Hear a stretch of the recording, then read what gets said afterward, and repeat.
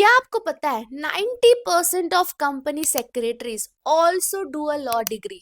And क्या आपको ये पता है कि सीएस के साथ लॉ करना मैंडेटरी नहीं है, बट फिर भी काफी सारे सीएस स्टूडेंट्स या सीएस प्रोफेशनल्स लॉ डिग्री करते हैं। And the reason behind this is very smart. देखो, सीएस और लॉ दोनों ही अलग डोमेन है, दोनों ही अपने आप में एक अलग प्रोफेशन है, बट इन दोनों के सब्जेक्ट्स काफी कॉमन है। लाइक अगर आपने सीएस की पढ़ाई कर ली तो आप बिना पढ़े लॉ का एग्जाम देकर आओ एंड आप क्लियर हो सकते हो। एंड अगर आप लॉ पढ़ रहे हो तो आपको बस थोड़ा एक्स्ट्रा एफर्ट लगाना पड़ेगा सीएस पढ़ने में। एंड एक ही टाइप का पढ़ाई से आपके दोनों डिग्री के अपॉर्चुनिटीज के दरवाजे खुल जाते हैं।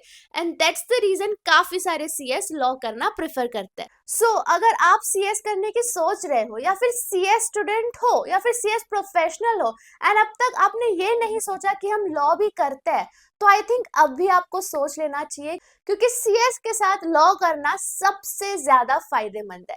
सो yes friends, welcome back to my channel. This is Neha Patel and आज के वीडियो में मैं आपको बताने वाली हूँ कि 2025 में आप कैसे अपना सीएस विद लॉ का जर्नी स्टार्ट कर सकते हो। हम बात करेंगे एलएलबी के एंट्रेंस के बारे में, रजिस्ट्रेशन के बारे में, डेट्स के बारे में, फीस के बारे में, सिलेबस के बारे में, everything. So let's start the video. Okay guys, सबसे पहले तो मैं आपको दो ऑप्शंस बता दूं कि आपके पास क्या अवेलेबल है अभी options. If you are doing CS तो आपके पास दो ऑप्शन है। पहला तो आप सीएस विद ग्रेजुएशन करो एंड सीएस बनने के बाद आप अपनी एलएलबी की जर्नी स्टार्ट करो, जो कि होगी 3 इयर्स की एलएलबी जर्नी। एंड दूसरा ऑप्शन है कि आप अपने सीएस के साथ ही एलएलबी की जर्नी स्टार्ट करो, जहां पे आपको लगेंगे 5 साल। बेसिकली अगर आप ग्रेजुएशन के बाद एलएलबी करते हो तो LLB becomes a post graduate degree and सिर्फ 3 साल का हो जाता है। एंड अगर आप 12th के बाद एलएलबी करते हो तो it becomes an undergraduate degree and यहाँ पे एलएलबी 5 साल का हो जाता है। So it is up to you कि आप कैसा करना चाहते हो। मैंने पहला वाला ऑप्शन चुना था कि मैं सीएस बन गई थी उसके बाद एलएलबी किया था, क्योंकि टू बी ऑनेस्ट मुझे खुद पे कॉन्फिडेंस नहीं था कि मैं सीएस के साथ एलएलबी को मैनेज कर पाऊंगी या नहीं कर पाऊंगी। तो मैंने थोड़ा सेफ खेला एंड सीएस करने के बाद मैंने अपना एलएलबी कंप्लीट किया। But I am seeing the trend now, काफी सारे बच्चे सीएस के साथ ही अपना एलएलबी स्टार्ट कर दे रहे हैं एंड उनका जो प्रोफेशनल जर्नी है वो काफी जल्दी खत्म हो जा रहा है, एलएलबी का भी और सीएस का भी। तो ये आप पे डिपेंड करता है कि आप कब क्या स्टार्ट करना चाह रहे हो। सो गाइज, ये मैटर नहीं करता आप 3 साल का एलएलबी करना चाह रहे हो, 5 साल का। एंट्रेंस तो आपको दोनों में देनी होगी। अगर मैं बात करूं महाराष्ट्र की तो इट इज MHCET। इसका वेबसाइट भी आप जाके चेकआउट करना। MHCET देना मैंडेटरी है 3 साल वालों के लिए भी और 5 साल वालों के लिए। मैंने भी दिया हुआ था एंड मुझे लगा था कि MHCET बहुत ईजी होगा, बट जब मैं देने गई थी it was not that easy. ठीक है, तो ये बस मैं आपको बता रही हूँ कि इसको लाइटली मत लेना। ये भी एमसीक्यू बेस्ड ही होता है। इसके सब्जेक्ट्स भी सेम आपके CSET वाले होते हैं, logical reasoning, legal aptitude, current affairs. But इसके जो एमसीक्यूज होते हैं वो मुझे थोड़े डिफिकल्ट लगे थे। Maybe the reason was कि मैंने काफी पहले पढ़ लिया था, फिर कोविड आ गया था एंड उसमें मेरी सही टाइप की रिविजन नहीं हुई थी, तो मुझे सम सॉल्व करने में बहुत टाइम लग गया था। तो ऐसा आपके साथ ना हो तो प्रिकॉशन पहले ही ले लेना, अच्छे से पढ़ाई करना, क्योंकि सीईटी में मार्क्स अच्छे लाने या फिर आपके एंट्रेंस में आपको मार्क्स अच्छा लाना बहुत ही ज्यादा जरूरी है, क्योंकि इसी के बेसिस पे आपको कॉलेज मिलने वाला है। लाइक आपको पता है 10th में आपके जो परसेंटेज आते थे उसके बेसिस पे आपको कॉलेज मिलता था। सेम सिस्टम यहाँ पे है कि यहाँ पे आपको एंट्रेंस पे कितने मार्क्स आते हैं, कितने परसेंटाइल आते हैं, उसके बेसिस पे आपको एलएलबी की कॉलेज मिलेगी। हमारा जो MHCET था वो 150 मार्क्स का होता था और मुझे अराउंड 90 कुछ आया था, तो बहुत ही कम स्कोर लगा मेरे को। बट ठीक है, उसमें मेरे को सिद्धार्थ कॉलेज मिल गया था जो कि गवर्नमेंट कॉलेज है। एंड मैं आप सबको ये रिकमेंड करूंगी कि अगर आपको लॉ करना है तो please do it from a government college if you are doing CS also, क्योंकि गवर्नमेंट कॉलेज में फीस बहुत कम होती है। और ऐसा कॉलेज चुनिए जो 0% अटेंडेंस वाली हो, ताकि आप अगर जॉब कर रहे हो, पढ़ाई कर रहे हो, तो आपको दिक्कत ना आए। एंड ये तब भी पॉसिबल हो सकता है अगर आपके स्कोर बहुत अच्छी है। Like 90 was a good score and that's why मुझे गवर्नमेंट कॉलेज मिल गई।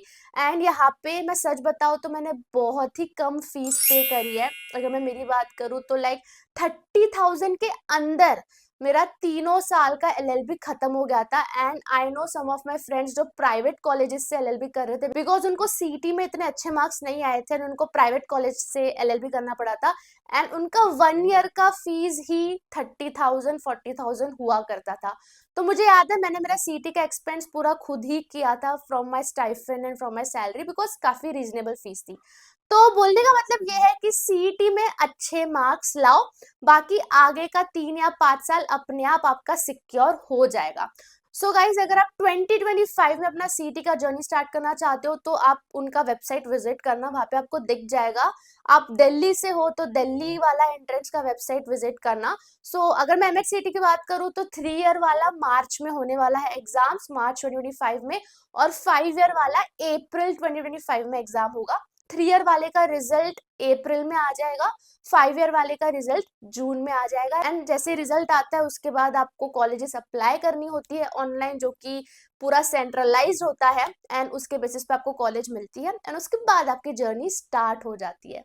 एंड गाइज, अगर मैं एलएलबी के सिलेबस की बात करूँ, सब्जेक्ट्स की बात करूँ, तो सेम लाइक अगर आप सीएस देखोगे तो यहाँ पे एक चैप्टर है Indian contract act, but LLB में पूरा एक सब्जेक्ट है इंडियन कॉन्ट्रैक्ट एक्ट। ठीक है, तो इसलिए सीएस जो लोग कर रहे हैं ना, उनको एलएलबी बहुत इजी लगता है कि हम इतना इन डिटेल एक चैप्टर में पढ़ते और ये लोग इन डिटेल पूरा सब्जेक्ट रखे हैं। एंड दैट्स द रीजन कि एलएलबी और सीएस बहुत साथ में जाता है और अच्छे से हो जाता है। तो सब्जेक्ट्स इसके काफी मैनेजेबल है। आपको यहाँ पे वाइवास देने होते हैं, मूट कोर्स अटेंड करने होते हैं, असाइनमेंट्स लिखने होते हैं, ये सारी चीजें होती है। बट अगर आप 0% अटेंडेंस कॉलेज से कर रहे हो तो इसमें थोड़ी सी फ्लेक्सिबिलिटी आपको मिल सकती है। एक साल में 2 सेम होता है, 2 बार एग्जाम्स हो गए। एंड यस, ऐसे ही आप अगर 3 साल में हो तो 6 सेम देख के आप अपनी एलएलबी की डिग्री हासिल कर सकते हो। एंड अगर आपने 5 साल का एलएलबी सिलेक्ट किया है तो 10 सेम होंगे, 10 बार एग्जाम देके आप अपने एलएलबी की डिग्री हासिल कर सकते हो। अगर मैं एडवांटेजेस की बात करूँ तो मुझे याद है जब मैं मेरे सीएस का इंटर्नशिप का इंटरव्यू दे रही थी तो काफी सारे इंटरव्यूअर्स इस चीज को लेकर इंप्रेस होते थे कि हाँ मैं एलएलबी करने वाली हूँ, because companies like when you are constantly studying, you are constantly gaining knowledge. तो definitely LLB is an added advantage. Like काफी सारे कंपनीज जब रिक्रूटमेंट करती है सीएस के लिए तब लिख भी देते हैं कि सीएस विद एलएलबी प्रिफर्ड। तो ऐसा इसलिए होता है क्योंकि उनको लीगल डिपार्टमेंट में अलग से किसी को लेना ना पड़ जाए, सीएस ही काम कर देगा लीगल डिपार्टमेंट का। दैट्स वाई कंपनी चाहती है कि सीएस विद एलएलबी हो। And if you want to stand out from competition तो मुझे लगता है आपको सीएस के साथ एलएलबी कर ही लेना चाहिए। बट अगेन यहाँ पे कॉन्ट्रेरी स्टेटमेंट आएगी। जब मैं एचडीएफसी लिमिटेड में इंटरव्यू देने गई थी फॉर माई इंटर्नशिप, वहां पे सीएस अनिल अग्रवाल थे, एचडीएफसी लिमिटेड के हेड सीएस, जो कि अभी मर्ज हो चुका है। उनको मैंने कहा था कि मैं एलएलबी करने वाली हूँ। Then he asked me that why do you want to do LLB, because LLB से आपका कोई एक्स्ट्रा नॉलेज तो बढ़ नहीं रहा, सेम सीएस का नॉलेज है, जस्ट एक डिग्री बढ़ रही है। तो हर एक का अलग पर्सपेक्टिव होता है एलएलबी को देखने का। बट हाँ, मैं तो लास्ट में यही बोलूंगी कि एलएलबी कर ही लेना चाहिए if you are planning to do CS. Also guys, LLB के बाद ना आपको ऑप्शन मिलता है कि आप 2 साल का इसका मास्टर्स भी करो, ये सारी चीजें भी आपको मिलती है if you are very much interested in law segment. अगर आपको लॉ में ही आगे बढ़ना है तो आप एलएलएम भी कर सकते हो, वरना एलएलएम की ऐसा कोई रिक्वायरमेंट नहीं है। So yes friends, that's it. आपको ये वीडियो काम आया होगा एंड आपके कुछ तो डाउट्स क्लियर हुए होंगे कि सीएस के साथ एलएलबी कैसे करें। एंड और भी कुछ डाउट रह गया होगा तो प्लीज कमेंट सेक्शन पर जरूर बताना। I am very much willing to help you all. And also guys, last में जाते जाते मैं बता दूं कि अगर आप मेरे साथ 1-on-1 बेसिस पे कनेक्ट होना चाहते हो तो उसकी भी टॉप मिट की लिंक मैं डिस्क्रिप्शन पर डाल रही हूँ। It can be regarding anything like your study problems, your study routine, your study schedule, या फिर करियर डिसीजंस, कुछ भी हो। I am ready to help you. And yes, हम मिलते हैं दूसरे वीडियो में। Bye, best of luck.